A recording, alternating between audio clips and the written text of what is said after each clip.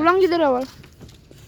Nah, Assalamualaikum warahmatullahi wabarakatuh. Shalom, selamat pagi dan salam sejahtera untuk kita semua. Bersama saya, Karna Mati Rugun dari kelas 9 ruang 2 akan menjelaskan materi pernapasan yaitu tentang respirasi. Ada sesuatu yang disebut dengan proses organisme yang mengambil oksigen dan mengeluarkan karbon dioksida. Itu disebut dengan respirasi. Respiration involves the correction of the muscle between the ribs, causing the ribs to lift up and enlarge the chest cavity. This can reduce the air pressure entering the body. An example of this type of respiration is chest and abdominal respiration, and is called external respiration. Additionally, there is also the exchange of gases between the blood in the capillary process of body tissues and the cell or tissues of the body. In this process, the blood releases O2 and binds the CO2. This process is called internal respiration. Dengan saya Nasi Samadiana, hari ini akan membahas tentang organ pernapasan yaitu hidung dan faring. Kita semua pasti sudah mengenal organ pernapasan dan indera penciuman bau. Ia adalah gerbang utama untuk keluar masuknya udara setiap bernafas. Dinding di dalam hidung ditumbuhi rambut-rambut halus untuk menyaring kotoran dan debu. Then I will also discuss another respiratory organ, namely the pharynx. This part important part because it functions as a channel that connects the nasal cavity and mouth to the larynx and esophagus, which involves gas exchange between the lungs and the bloodstream. This will be continued by my friends and will discuss the trachea and larynx. Bersama Rejati Wardana akan menyampaikan materi organ pernapasan trachea dan laring.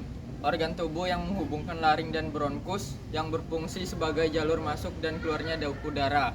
Dindingnya tersusun oleh cincin-cincin, tulang rawan dan selaput lendir yang terdiri atas jaringan epitelium bersilia. Ya, itu adalah organ pernapasan trachea. Next is the respiratory organ which has an important function, namely connecting the throat and the respiratory system. We have to protect the larynx to prevent disease. The next explanation will be decided by Rizky. Muhammad Akilano Rizky, bisa dipanggil dengan Rizky. Saya akan membahas materi organ pernapasan bronkus dan bronkiolus. Percabangan trakea disebut dengan bronkus. Masing-masing bronkus memasuki paru-paru kanan dan kiri. Bronkus merupakan terusan dari trakea yang terbagi menjadi dua dan masuk ke paru-paru. The place where the two bronchi divide is the clavicle carina, which is the characteristic of the bronchs. The small branches of the bronchi are bronchiolus have a diameter of approximately 1 mm, and the hair-wise coincide of relative cuboidal epithelium and a layer of smooth muscle. The head is the characteristic of bronchiolus. The next material was contained by Bella.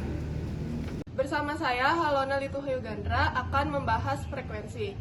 Pernapasan memiliki yang namanya frekuensi pernapasan. Pernapasan yaitu jumlah napas yang diambil per menit. Ini berbeda-beda tergantung pada usia seseorang. Frekuensi pun memiliki frekuensi normal dan abnormal.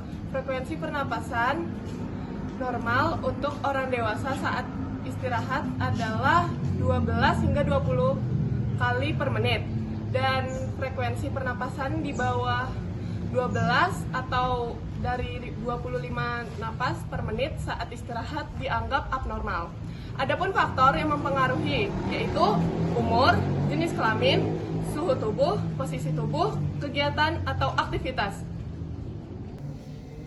Akan membahas volume pernapasan. Bersama saya Ditya Pratama. Volume udara di dalam paru-paru pada waktu tertentu selama siklus pernapasan. Volume pernapasan antara orang satu dan lainnya berbeda-beda tergantung ukuran paru-paru, kekuatan bernapas, dan cara bernapas. Itulah yang dimaksud dengan volume pernapasan. Adalah beberapa klasifikasi volume udara antara lain. Tidal volume.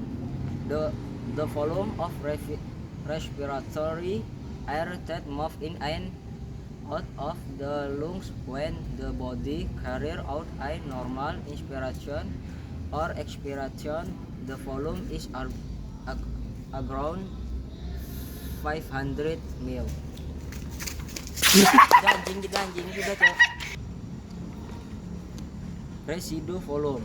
The volume of respiratory air that remains in the lungs even after maximal expiration. Minimum inspiratory volume. The minimum amount of air required by the lungs to supply oxygen to the body. With me Adila, respiratory tract infection can be caused by various types of virus and bacteria. Here are some examples. Virus 1, rhinovirus, 2, virus corona, 3, virus influenza. Adapun bakteri yang terdapat pada infeksi saluran pernapasan. Yang pertama ada Streptococcus grup A, yang kedua ada Corynebacterium diphtheria, yang ketiga ada Neisseria gonorrhoeae, yang keempat ada Mycoplasma pneumonia. Ada beberapa penyakit yang bisa terjadi pada saluran pernapasan. Yang pertama ada asma, yaitu sesak napas. Itu penyempitan saluran napas akibat otot polos membentuk dinding saluran terus berkontraksi disebabkan alergi atau kekurangan hormon adrenalin. Yang kedua ada asfiksi, yaitu gangguan pengangkutan dan penggunaan oksigen oleh jaringan akibat tenggelam, pneumonia, dan keracunan CO.